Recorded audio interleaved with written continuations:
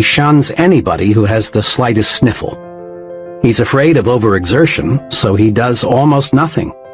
He spends most of his mental energy worrying about what might happen. He bores other people, telling them how awful his problem really is. His real ailment is not diabetes.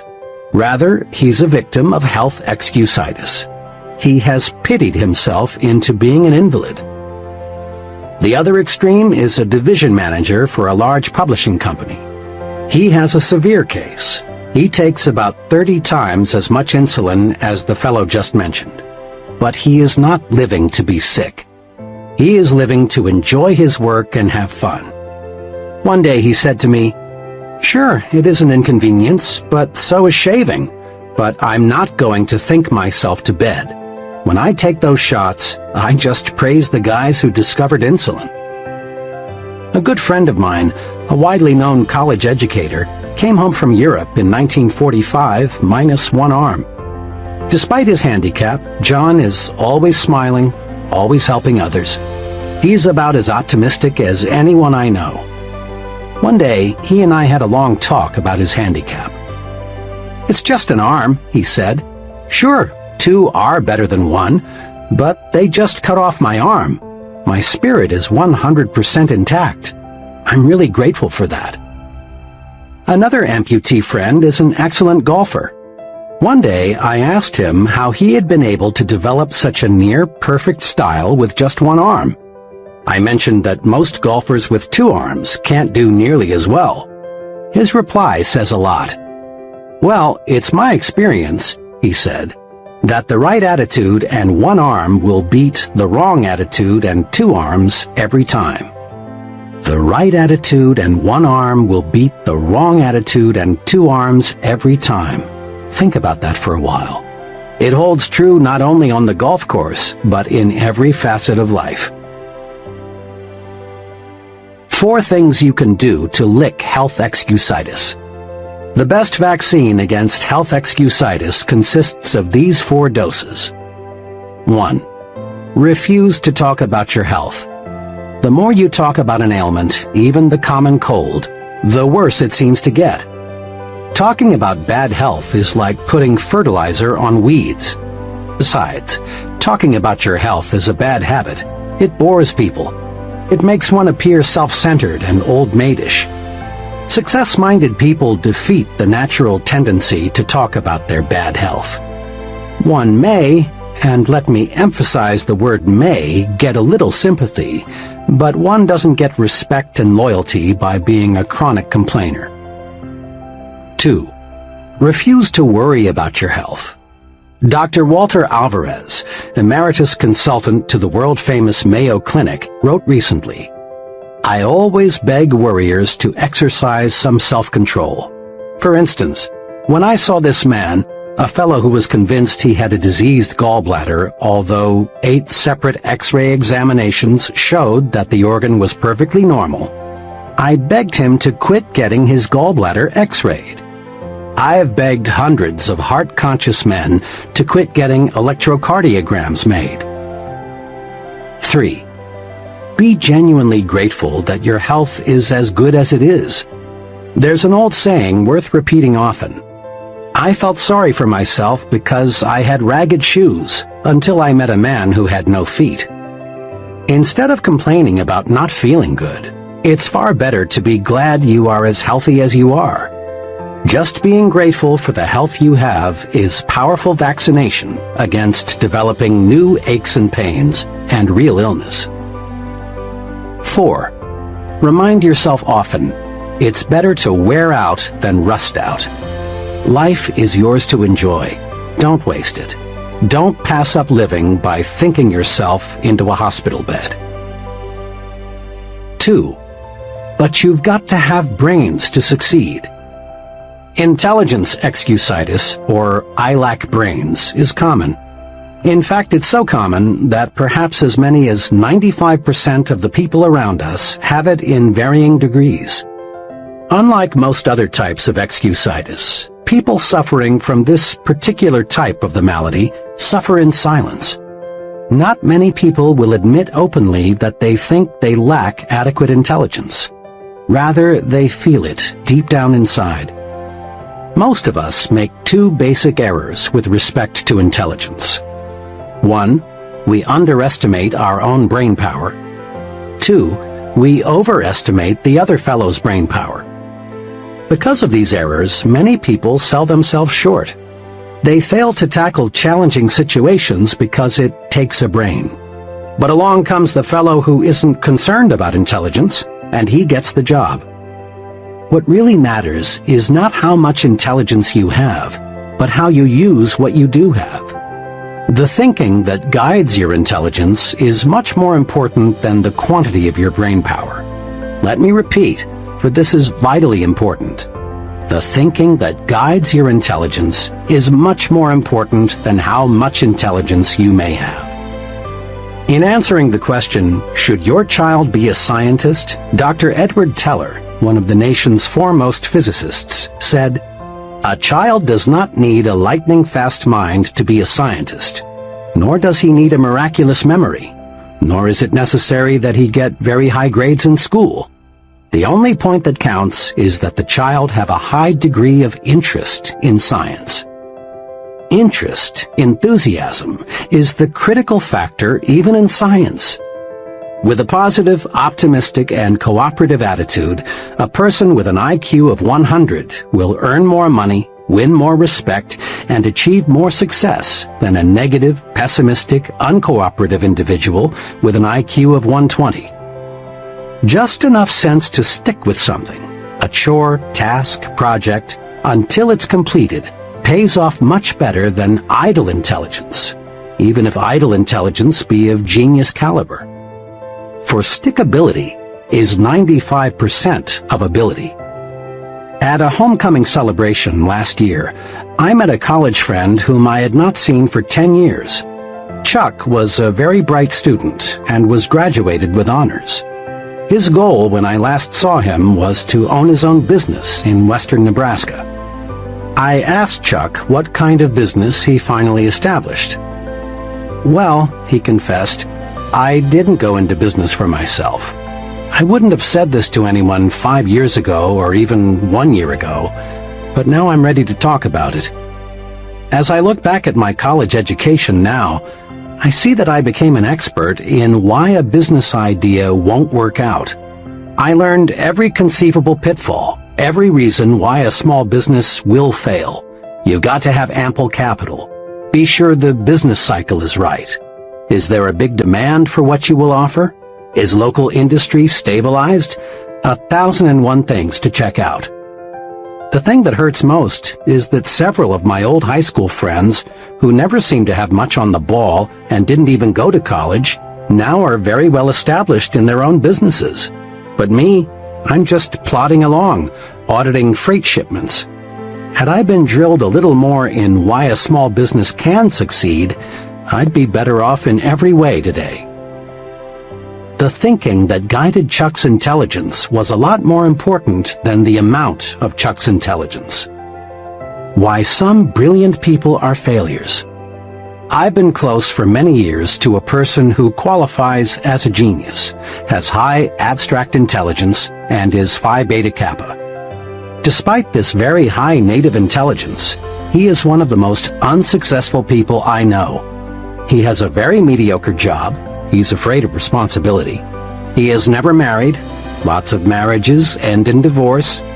He has few friends. People bore him. He's never invested in property of any kind. He might lose his money. This man uses his great brain power to prove why things won't work rather than directing his mental power to searching for ways to succeed. Because of the negative thinking that guides his great reservoir of brains, this fellow contributes little and creates nothing. With a changed attitude, he could do great things indeed. He has the brains to be a tremendous success, but not the thought power. Another person I know well was inducted into the Army shortly after earning a PhD degree from a leading New York university. How did he spend his 3 years in the Army? Not as an officer, not as a staff specialist. Instead, for 3 years, he drove a truck. Why? because he was filled with negative attitudes toward fellow soldiers, I'm superior to them. Toward army methods and procedures, they are stupid. Toward discipline, it's for others, not me. Toward everything, including himself, I'm a fool for not figuring out a way to escape this rap. This fellow earned no respect from anyone. All his vast store of knowledge lay buried. His negative attitudes turned him into a flunky. Remember, the thinking that guides your intelligence is much more important than how much intelligence you have. Not even a PhD degree can override this basic success principle. Several years ago, I became a close friend of Phil F., one of the senior officers of a major advertising agency. Phil was director of marketing research for the agency, and he was doing a bang-up job. Was Phil a brain? Far from it. Phil knew next to nothing about research technique. He knew next to nothing about statistics. He was not a college graduate, though all the people working for him were. And Phil did not pretend to know the technical side of research. What then enabled Phil to command $30,000 a year, while not one of his subordinates earned $10,000? This. Phil was a human engineer. Phil was 100% positive.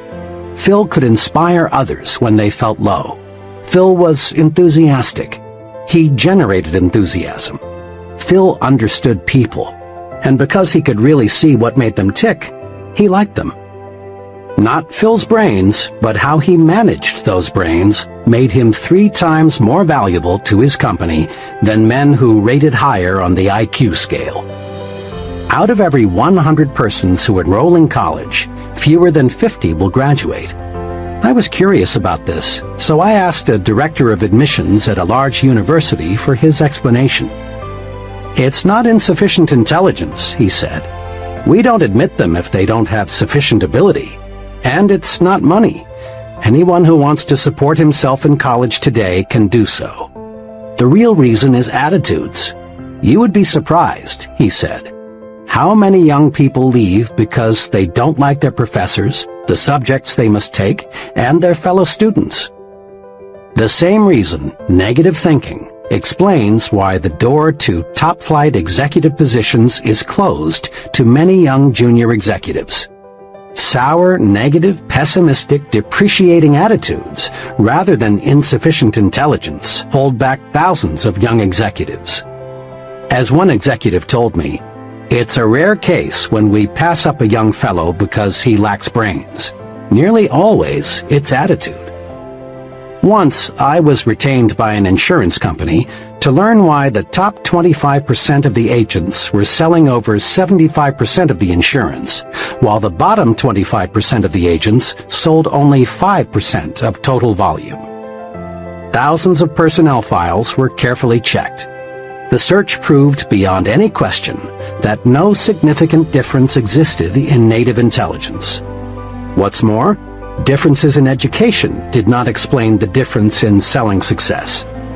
The difference in the very successful and the very unsuccessful finally reduced to differences in attitudes, or difference in thought management. The top group worried less, was more enthusiastic, had a sincere liking for people. We can't do much to change the amount of native ability, but we can certainly change the way we use what we have. Knowledge is power, when you use it constructively. Closely allied to intelligence excusitis is some incorrect thinking about knowledge. We often hear that knowledge is power, but this statement is only a half-truth. Knowledge is only potential power. Knowledge is power only when put to use, and then only when the use made of it is constructive. The story is told that the great scientist Einstein was once asked how many feet are in a mile. Einstein's reply was, "I don't know. Why should I fill my brain with facts I can find in 2 minutes in any standard reference book?" Einstein taught us a big lesson. He felt it was more important to use your mind to think than to use it as a warehouse for facts. One time, Henry Ford was involved in a libel suit with the Chicago Tribune. The Tribune had called Ford an ignoramus, and Ford said, in effect, "Prove it." The Tribune asked him scores of simple questions, such as, who was Benedict Arnold? When was the Revolutionary War fought? And others, most of which Ford, who had little formal education, could not answer. Finally, he became quite exasperated and said, "I don't know the answers to those questions, but I could find a man in 5 minutes who does." Henry Ford was never interested in miscellaneous information. He knew what every major executive knows, that the ability to know how to get information is more important than using the mind as a garage for facts. How much is a fact man worth? I spent a very interesting evening recently with a friend who is the president of a young but rapidly growing manufacturing concern. The TV set happened to be turned to one of the most popular quiz programs. The fellow being quizzed had been on the show for several weeks. He could answer questions on all sorts of subjects, many of which seemed nonsensical. After the fellow answered a particularly odd question, something about a mountain in Argentina, my host looked at me and said, "How much do you think I'd pay that guy to work for me?" "How much?" I asked. "Not a cent over $300, not per week, not per month, but for life. I've sized him up. That expert can't think. He can only memorize. He's just a human encyclopedia. And I figure for $300 I can buy a pretty good set of encyclopedias. In fact, maybe that's too much. 90% of what that guy knows I can find in a $2 almanac.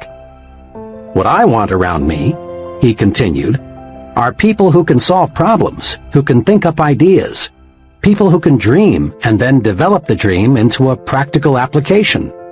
An idea man can make money with me. A fact man can't."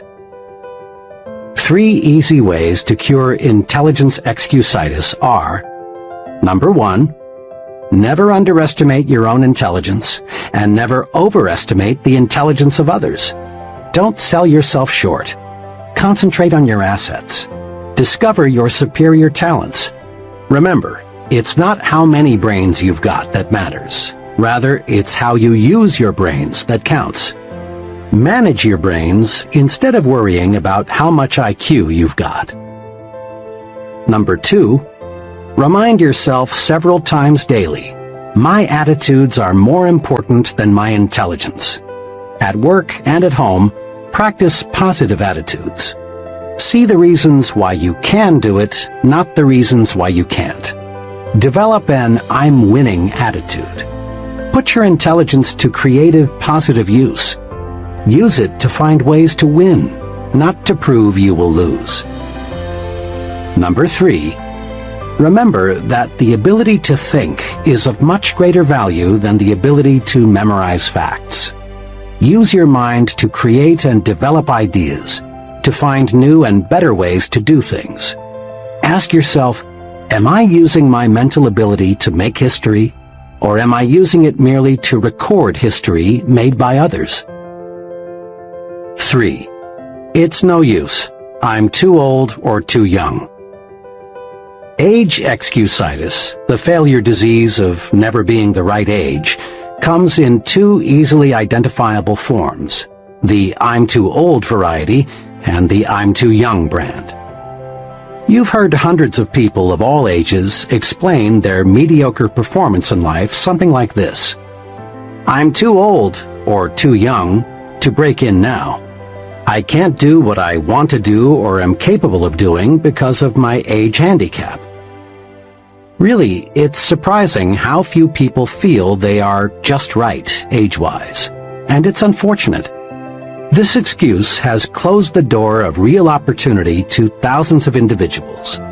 They think their age is wrong, so they don't even bother to try. The "I'm too old" variety is the most common form of age excusitis. This disease is spread in subtle ways.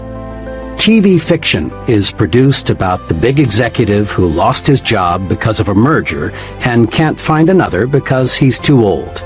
Mr. Executive looks for months to find another job, but he can't, and in the end, after contemplating suicide for a while, he decides to rationalize that it's nice to be on the shelf. Plays and magazine articles on the topic "Why You Are Washed Up at 40" are popular, not because they represent true facts, but because they appeal to many worried minds looking for an excuse. How to handle age excusitis. Age excusitis can be cured. A few years ago, while I was conducting a sales training program, I discovered a good serum that both cures this disease and vaccinates you so you won't get it in the first place. In that training program, there was a trainee named Cecil.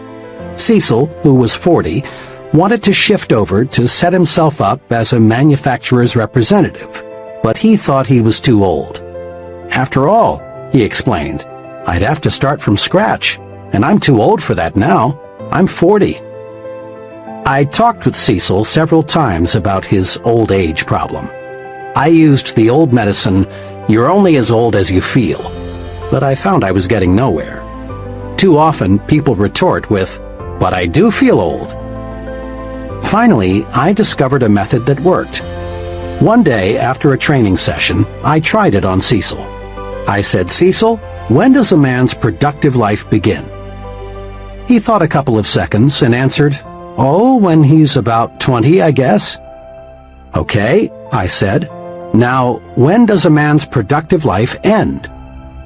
Cecil answered, "Well, if he stays in good shape and likes his work, I guess a man is still pretty useful when he's 70 or so." "All right," I said. "A lot of folks are highly productive after they reach 70, but let's agree with what you've just said. A man's productive years stretch from 20 to 70. That's 50 years in between, or half a century." "Cecil," I said, "you're 40. How many years of productive life have you spent?" 20, he answered. "And how many have you left?" 30, he replied. "In other words, Cecil, you haven't even reached the halfway point. You've used up only 40% of your productive years." I looked at Cecil and realized he'd gotten the point. He was cured of age excusitis. Cecil saw he still had many opportunity-filled years left. He switched from thinking, "I'm already old," to "I'm still young." Cecil now realized that how old we are is not important. It's one's attitude toward age that makes it a blessing or a barricade. Curing yourself of age excusitis often opens doors to opportunities that you thought were locked tight. A relative of mine spent years doing many different things, selling, operating his own business, working in a bank, but he never quite found what he really wanted to do most. Finally, he concluded that the one thing he wanted more than anything else was to be a minister. But when he thought about it, he found he was too old. After all, he was 45, had 3 young children and little money. But fortunately, he mustered all of his strength and told himself, 45 or not, I'm going to be a minister. With tons of faith but little else, he enrolled in a 5-year ministerial training program in Wisconsin. 5 years later, he was ordained as a minister and settled down with a fine congregation in Illinois. Old? Of course not. He still has 20 years of productive life ahead of him. I talked with this man not long ago, and he said to me, "You know, if I had not made that great decision when I was 45, I would have spent the rest of my life growing old and bitter. Now I feel every bit as young as I did 25 years ago." And he almost looked it too. When you lick age excusitis, the natural result is to gain the optimism of youth and feel of youth. When you beat down your fears of age limitations, you add years to your life as well as success. A former university colleague of mine provides an interesting angle on how age excusitis was defeated. Bill was graduated from Harvard in the 1920s. After 24 years in the stock brokerage business, during which time he made a modest fortune, Bill decided he wanted to become a college professor. Bill's friends warned him that he would overtax himself in the rugged learning program ahead. But Bill was determined to reach his goal and enrolled in the University of Illinois at the age of 51. At 55, he had earned his degree. Today, Bill is chairman of the Department of Economics at a fine liberal arts college. He's happy, too. He smiles when he says, "I've got almost a third of my good years left." Old age is a failure disease. Defeat it by refusing to let it hold you back. When is a person too young? The "I'm too young" variety of age excusitis does much damage too. About a year ago, a 23-year-old fellow named Jerry came to me with a problem. Jerry was a fine young man. He had been a paratrooper in the service and then had gone to college. While going to college, Jerry supported his wife and son by selling for a large transfer and storage company. He had done a terrific job, both in college and for his company. But today, Jerry was worried. "Dr. Schwartz," he said, "I've got a problem. My company has offered me the job of sales manager. This would make me supervisor over 8 salesmen." "Congratulations, that's wonderful news," I said. "But you seem worried." "Well," he continued, "all 8 men I'm to supervise are from 7 to 21 years older than I. What do you think I should do? Can I handle it?" "Jerry," I said, "the general manager of your company obviously thinks you're old enough or he wouldn't have offered you this job. Just remember these 3 points and everything will work out just fine. First, don't be age conscious. Back on the farm, a boy became a man when he proved he could do the work of a man. His number of birthdays had nothing to do with it, and this applies to you. When you prove you are able to handle the job of sales manager, you're automatically old enough. Second, don't take advantage of your new gold bars. Show respect for the salesman. Ask them for their suggestions. Make them feel they are working for a team captain, not a dictator. Do this, and the men will work with you, not against you. Third, get used to having older persons working for you. Leaders in all fields soon find they are younger than many of the people they supervise. So get used to having older men work for you. It will help you a lot in the coming years, when even bigger opportunities develop. And remember, Jerry, your age won't be a handicap unless you make it one. Today, Jerry's doing fine. He loves the transportation business, and now he's planning to organize his own company in a few years. Youth is a liability only when the youth thinks it is. You often hear that certain jobs require considerable physical maturity, jobs like selling securities and insurance.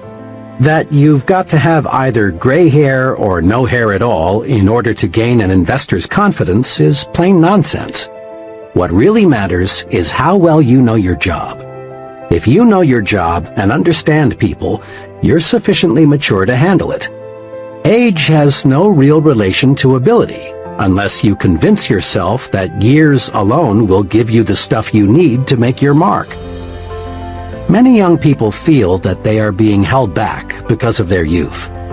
Now, it is true that another person in an organization who is insecure and job-scared may try to block your way forward, using age or some other reason. But the people who really count in the company will not.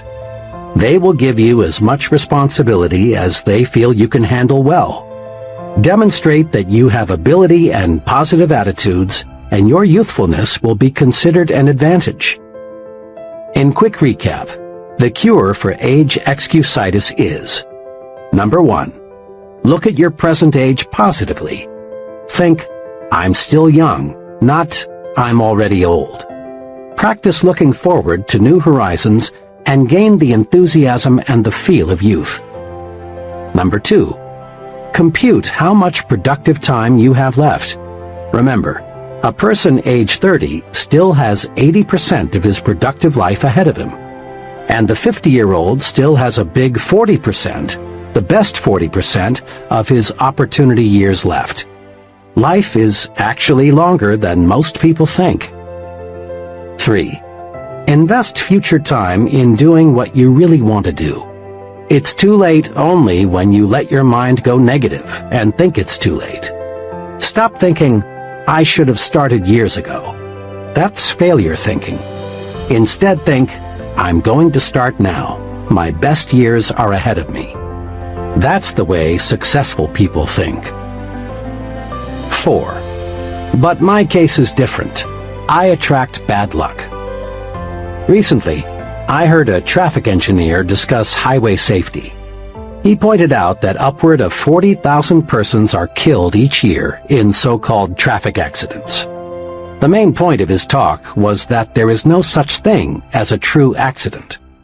What we call an accident is the result of human or mechanical failure, or a combination of both. What this traffic expert was saying substantiates what wise men throughout the ages have said.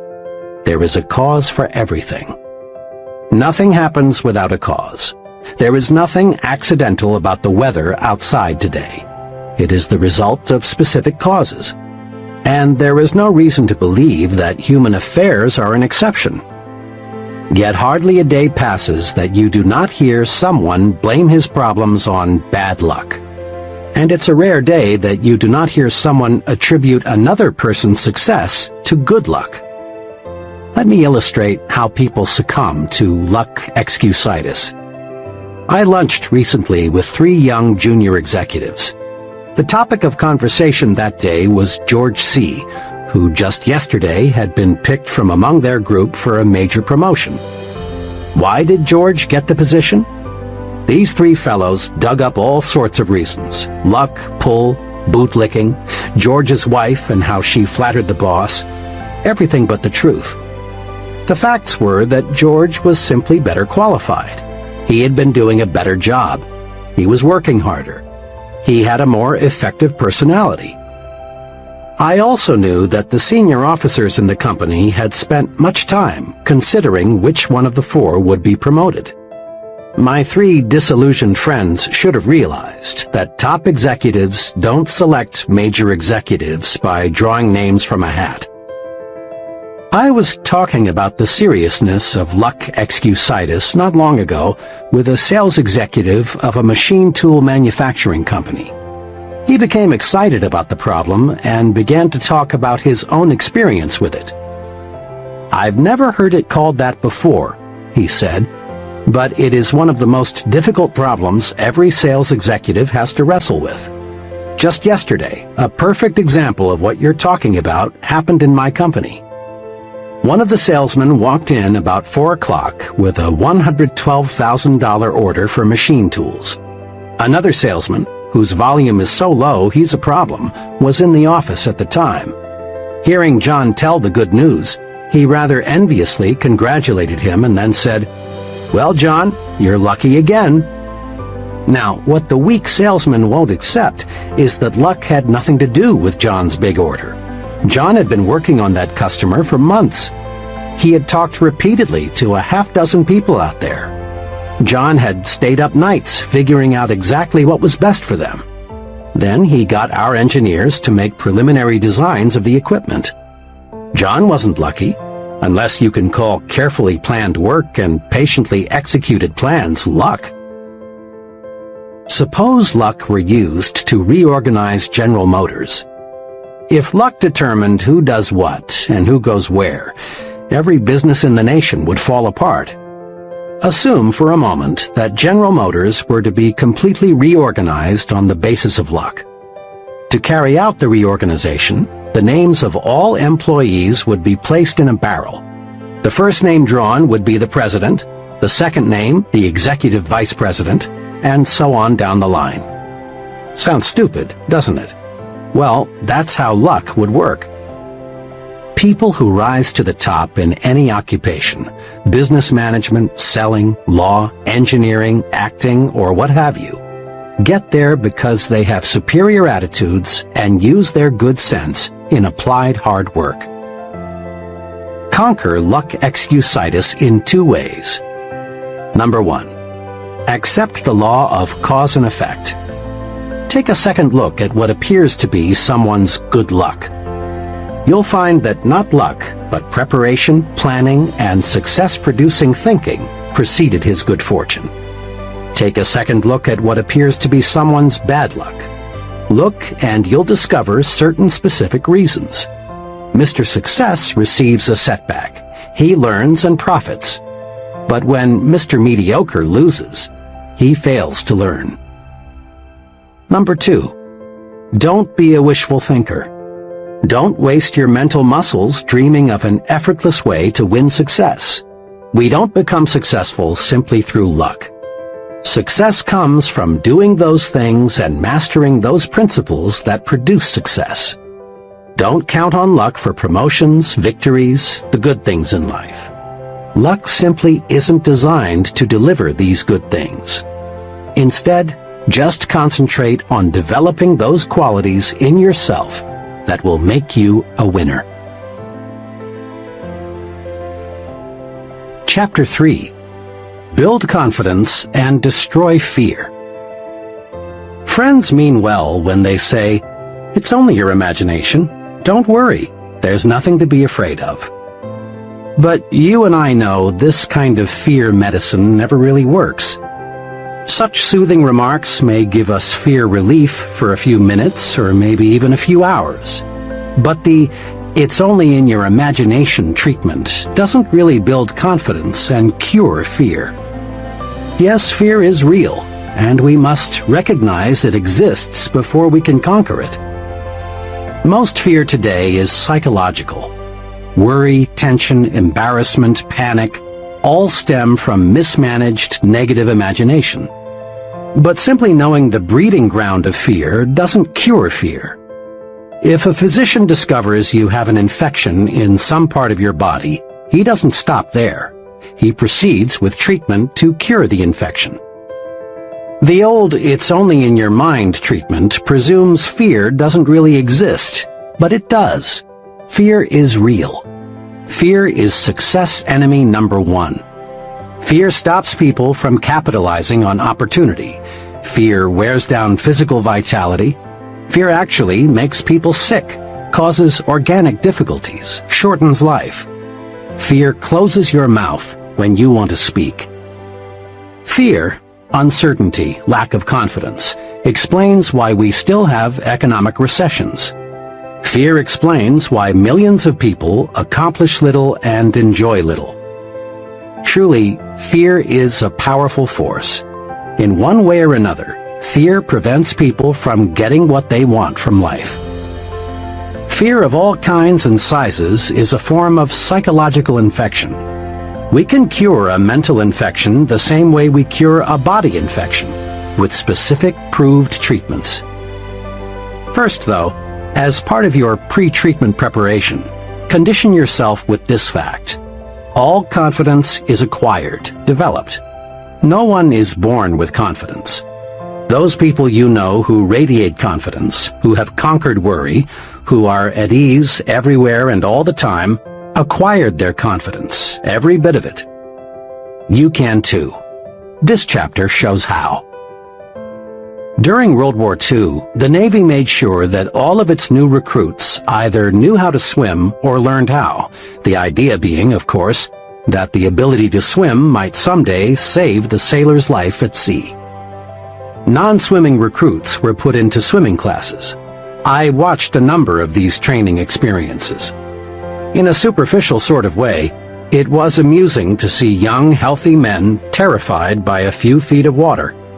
One of the exercises I recall required the new sailor to jump, not dive, from a board 6 feet in the air into 8 or more feet of water, while a half-dozen expert swimmers stood by.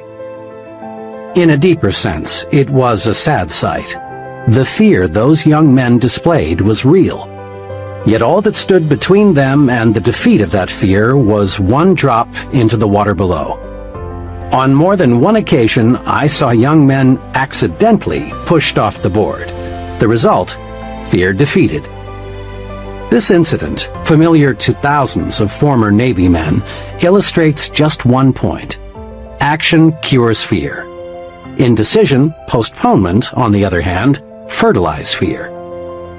Jot that down in your success rulebook right now. Action cures fear. Action does cure fear. Several months ago, a very troubled executive in his early 40s came to see me. He had a responsible job as a buyer for a large retailing organization. Worriedly, he explained, "I'm afraid of losing my job. I've got that feeling that my days are numbered." "Why?" I asked. "Well, the pattern is against me. Sales figures in my department are off 7% from a year ago.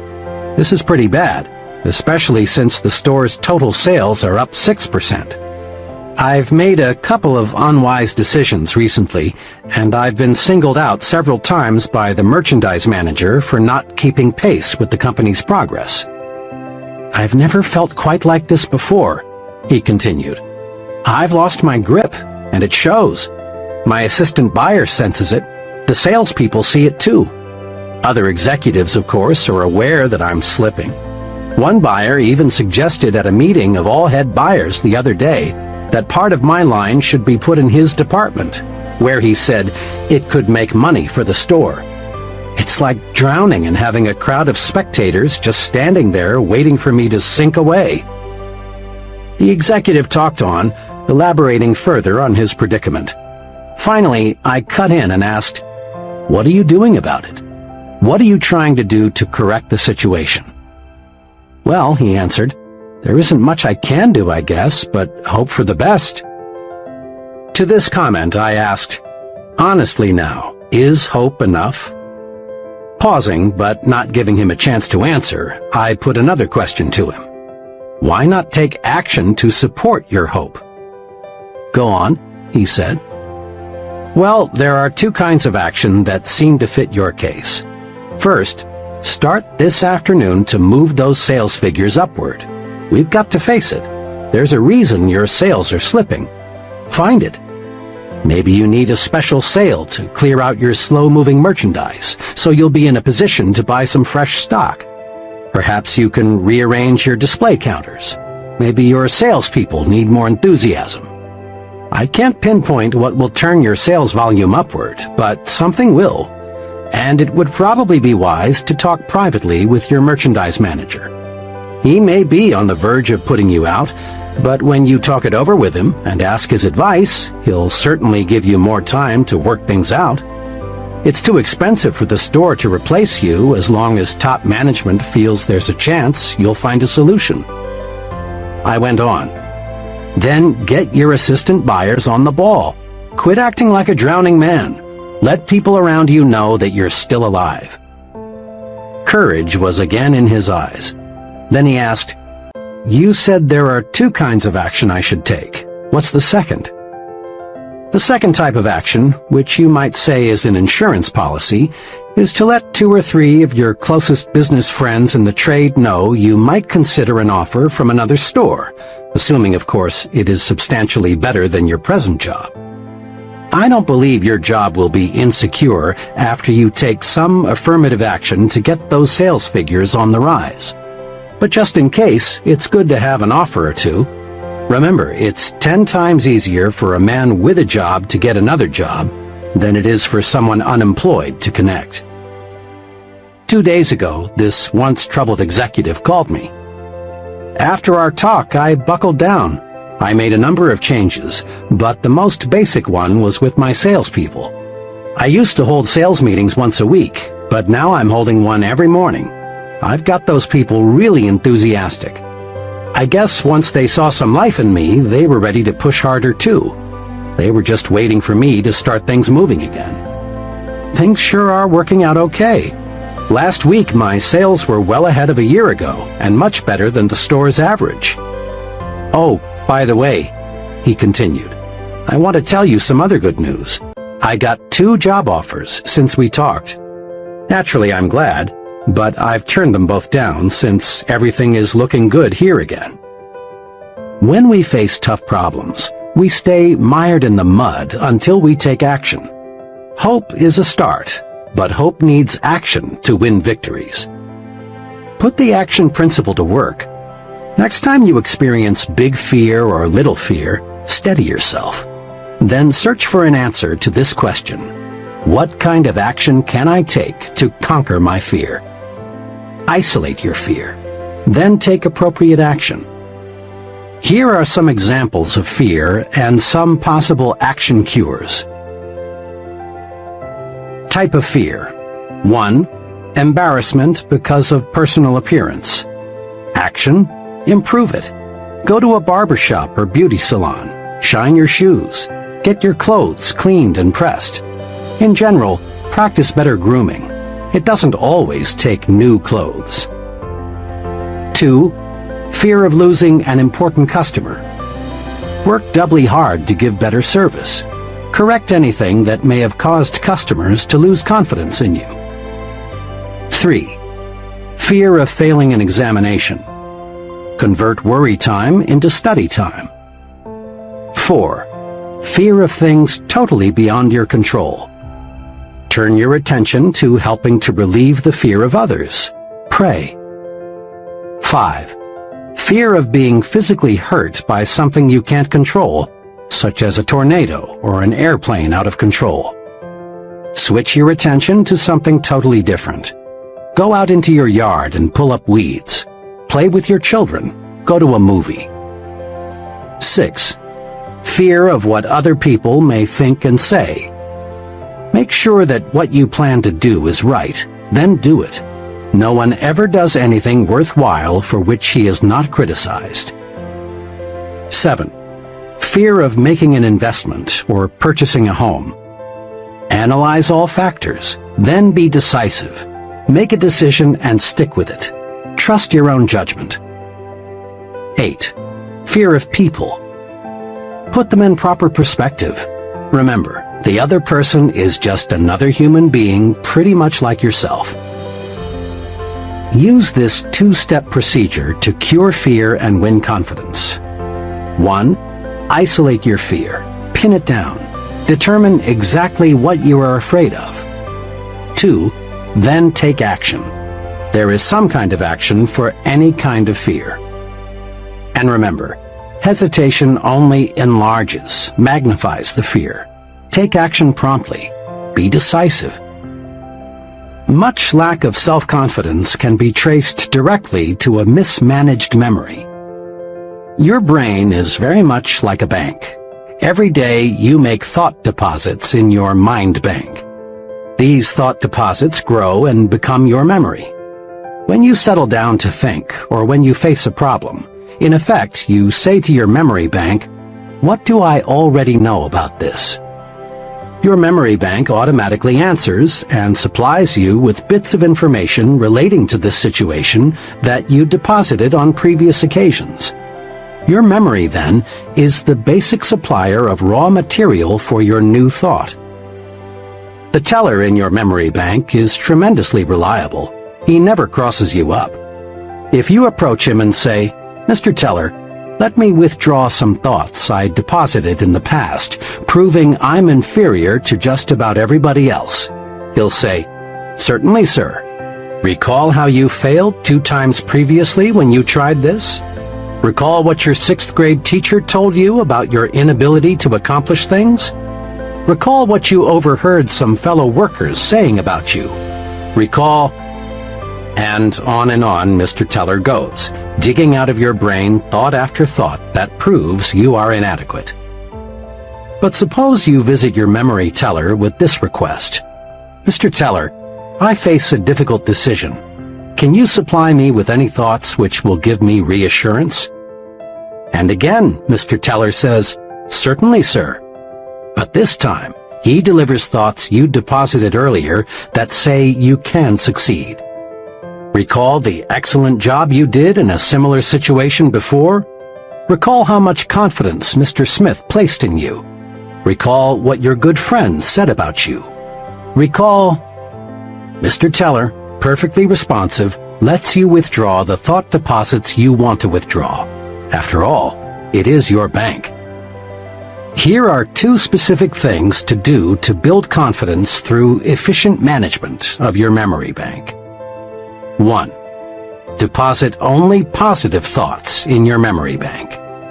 Let's face it squarely. Everyone encounters plenty of unpleasant, embarrassing, and discouraging situations. But unsuccessful and successful people deal with these situations in directly opposite ways. Unsuccessful people take them to heart, so to speak.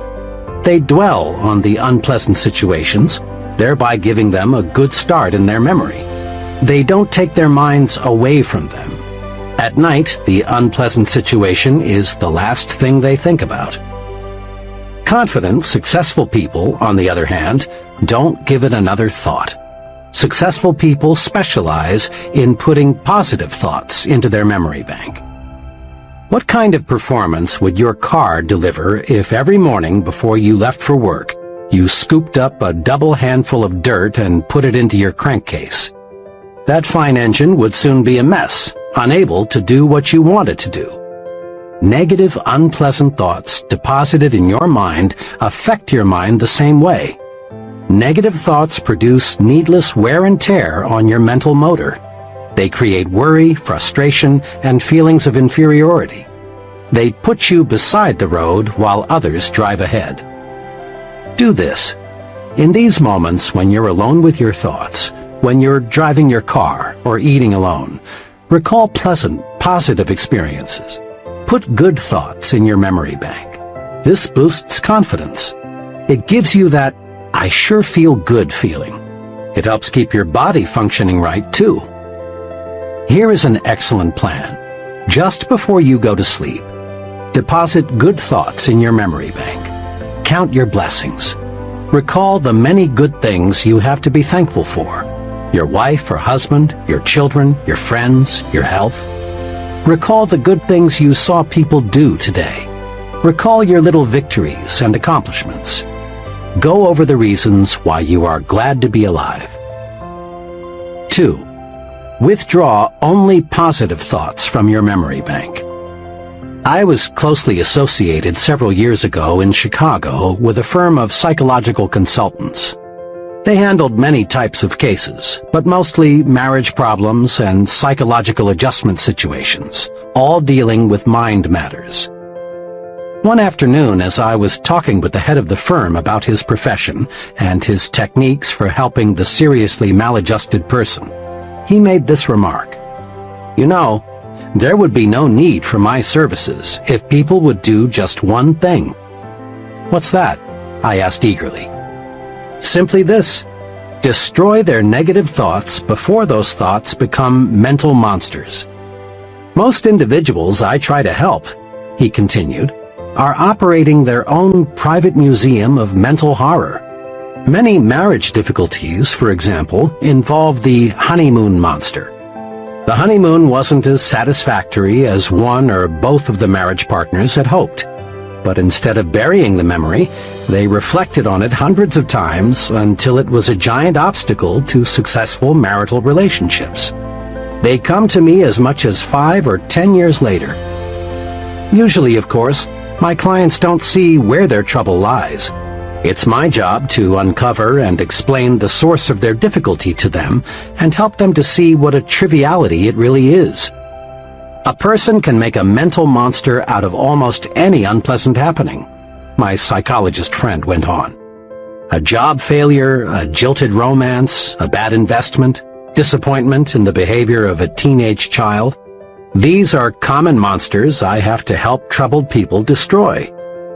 It is clear that any negative thought, if fertilized with repeated recall, can develop into a real mind monster, breaking down confidence and paving the way to serious psychological difficulties. In an article in Cosmopolitan magazine, The Drive Towards Self-Destruction, Alice Mulcahy pointed out that upward of 30,000 Americans commit suicide each year and another 100,000 attempt to take their own lives. She went on to say, "There is shocking evidence that millions of other people are killing themselves by slower, less obvious methods. Still others are committing spiritual rather than physical suicide, constantly seeking out ways to humiliate, punish, and generally diminish themselves." The psychologist friend mentioned before told me how he helped one of his patients to stop committing mental and spiritual suicide. This patient, he explained, was in her late 30s and had 2 children. In lay terminology, she suffered from severe depression. She looked back on every incident of her life as being an unhappy experience.